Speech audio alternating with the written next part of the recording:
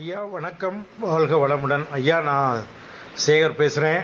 வாட்ஸ்அப்லேயும் இருக்கேன், முகநூல் பக்கத்துலேயும் இருக்கேன். ஐயா ஒரு முக்கியமான செய்தி, இதை எல்லாருக்குமே சொல்லுங்கள். ஏன்னா இன்றைக்கி மிகப்பெரிய லெவலில் பாதிக்கப்பட்டிருக்க அந்த சுகர் அப்படின்றத இன்றைக்கி ரொம்ப பெரிய வியாபாரமாக்கி கந்தரகோலம் பண்ணிட்டாங்க. நாங்களே ரொம்ப அந்த ஹெர்பல் பேட்சில் இருக்கவங்களே ரொம்ப வேதனையோடு இருக்கோம், முடியலை. ஆனால் ஒரு சின்ன ஒரு செய்யின் மூலயமா அந்த சுகர் குறைதலாம் நமக்கு நல்லது தானே. ஒரு மிகப்பெரிய ஆராய்ச்சியில் ஒன்று கண்டுபிடிச்சி நேத்தாயம் வெளியிட்டாங்க.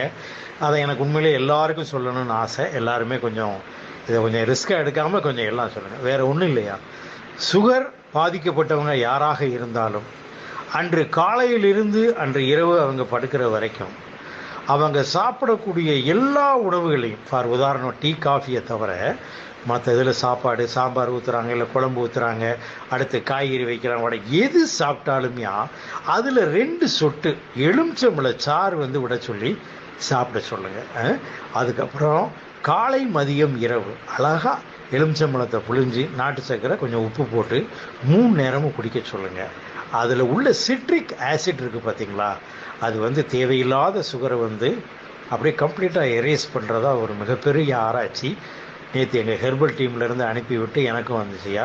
அதை சொல்லணும் எனக்கு ஆசை. நண்பர்கள், உறவினர்கள், வாட்ஸ்அப் நண்பர்கள்